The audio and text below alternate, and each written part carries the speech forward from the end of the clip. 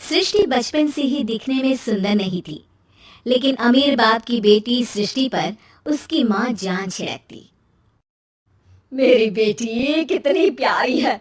भगवान सबको सृष्टि जैसी बेटी दे। सृष्टि धीरे धीरे बड़ी होती है। एक दिन सृष्टि की सहेली कहती है, तू दिखने में कितनी अजीब सी है, लेकिन मैं जानती हूँ हम सब में सबसे अच्छी शादी तो तेरी ही होगी। तेरे पापा अमीर जो है। और बता नहीं सकते यार, दहेज तो हर कोई देता है, ये क्या ज्यादा ले जाएगी अपने पति के लिए? अरे बड़े शहर में कोठी है इसके पापा की। अरे पापा की है ना, कौन सी इसकी है? इसकी होती तब तो कोई भी लड़का इससे शादी कर लेता। अरे पापा की मतलब पापा की है तो मेरी ही है ना? किसने कहा? अब तेरी तो तब होगी ना जब तेरा भाई ना हो। वैसे भी शादी के बाद सारी प्रॉपर्टी भाई के नाम होती है। सृष्टि समझ जाती है कि उसे किसी भी हालत में माँ बाप की सारी प्रॉपर्टी को अपने नाम करना है, लेकिन कैसे? एक दिन सृष्टि का भाई शीनू कहता है, बहन क्या कर रही है? तुझसे एक बात करनी है। अरे हाँ हाँ करना, मैं तो तेरी बहन हूँ। बहन मेरी लाइफ में ना एक लड़की है, बहुत अच्छी है। मैं सोच रहा हूँ माँ और पापा से बात करूँ शादी के लिए। सृष्टि को समझ में आ जाता है कि भाई की शादी होते ही भाभी उसे एक दिन भी घर में बर्दाश्त नहीं करेगी। क्या बात है भाई, बताना कौन है वो? यार वो बहुत अच्छी लड़की है, पढ़ी लिखी है, मेरे साथ जॉब भी करती है। बस एक प्रॉब्लम है। प्रॉब्लम? क्या प्रॉब्लम है भाई?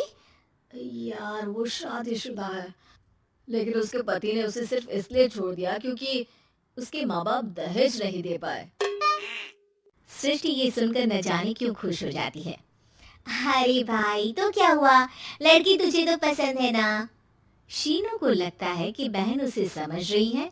वो इस बात से अनजान होता है कि उसकी बहन की मंशा पूरा घर हड़पने की है।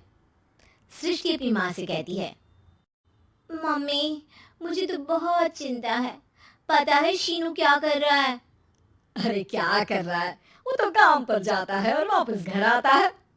नहीं ना माँ, वो यही तो नहीं कर रहा, बाकी सब कर रहा है। आपको पता है उससे प्यार है, और वो भी एक शादीशुदा लड़की से। ये क्या हो गया? मैं सोसाइटी में क्या मुंह दिखाऊंगी? अरे तेरे पापा तो यही कहेंगे कि मैंने ही उसे बिगाड़ दिया है। माँ देखो, मेरी बात मानो, पापा पर भी विश्वास करने की जरूरत नहीं है। अब आप ही बताओ, पापा इतनी देर घर के बाहर रहते हैं क्यों, बोलो?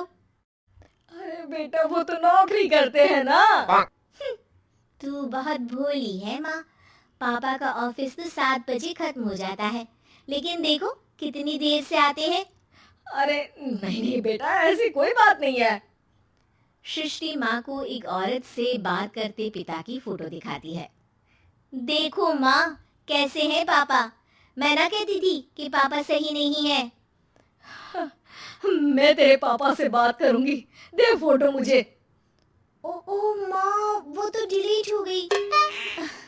लेकिन चल, तूने तो देख लिया ना। पापा से बाद में बात कर लेना, और हाँ, मेरा नाम बिल्कुल मत लेना, हाँ माँ। अब क्या था, सृष्टि की माँ और पिता के बीच झगड़ा होना शुरू हो जाता है। सृष्टि के मन में क्या चल रहा था कोई नहीं जानता था। एक दिन, माँ सृष्टि के लिए एक लड़का देखा है, वो लोग शाम को उसे देखने आने वाले हैं। और हाँ माँ, एक खुशखबरी, मैं और पापा मिलकर एक नया बिजनेस ट्राई कर रहे हैं। शाम को लड़का आता है, सांवले रंग का। सृष्टि को तो बिल्कुल भी पसंद नहीं आता। लड़की की माँ कहती है, लड़की का चेहरा तो कोई खास नहीं, लेकिन अगर मेरे बेटे को आप लोग सेटल कर दें तो मैं उसकी शादी आपकी बेटी से करवा दूं। सृष्टि को लड़का बिल्कुल पसंद नहीं था। उसे भाई पर गुस्सा आ जाता है। लड़के वालों के जाने के बाद कहती है, माँ देखा, शीनू मेरे लिए कैसा लड़का लेकर आया, न दिखाने लायक न सुनने लायक, सेटल भी नहीं, वो भी हम करे। अरे माँ, मैं जानती हूँ ये मेरी शादी किसी भी घर में क्यों करवाना चाहता है। अरे कैसी बात कर रही है बहन? तूने तो देखा ना, लड़के को मैंने ही मना कर दिया तुझसे शादी के लिए। जिसने लड़का बताया था उसने उसकी बहुत तारीफ की थी। बात आई गई हो जाती है, लेकिन सृष्टि का मन शांत नहीं होता। क्या करूं, कुछ समझ में नहीं आ रहा। मेरी शादी हो गई तो ये लोग पूरी प्रॉपर्टी शीनू के नाम कर देंगे, मेरे हाथ तो कुछ लगेगा ही नहीं। तभी सृष्टि को आइडिया आता है। वो किसी वकील को फोन करती है। जी देखिए, अगर आपके मम्मी पापा का तलाक हो जाता है तो आपके पिता की आधी प्रॉपर्टी आपकी माँ के नाम हो जाएगी। फिर उसे वो किसी को भी दे सकती है। सृष्टि अब माँ को बेटे के खिलाफ भरती है। माँ, शीनू पर नजर रखा करो। वो जिस लड़की के प्यार में है ना, वो शादीशुदा है। यहाँ आएगी, सारा पैसा, रुपया, जमीन, जायदाद सब हड़प लेगी।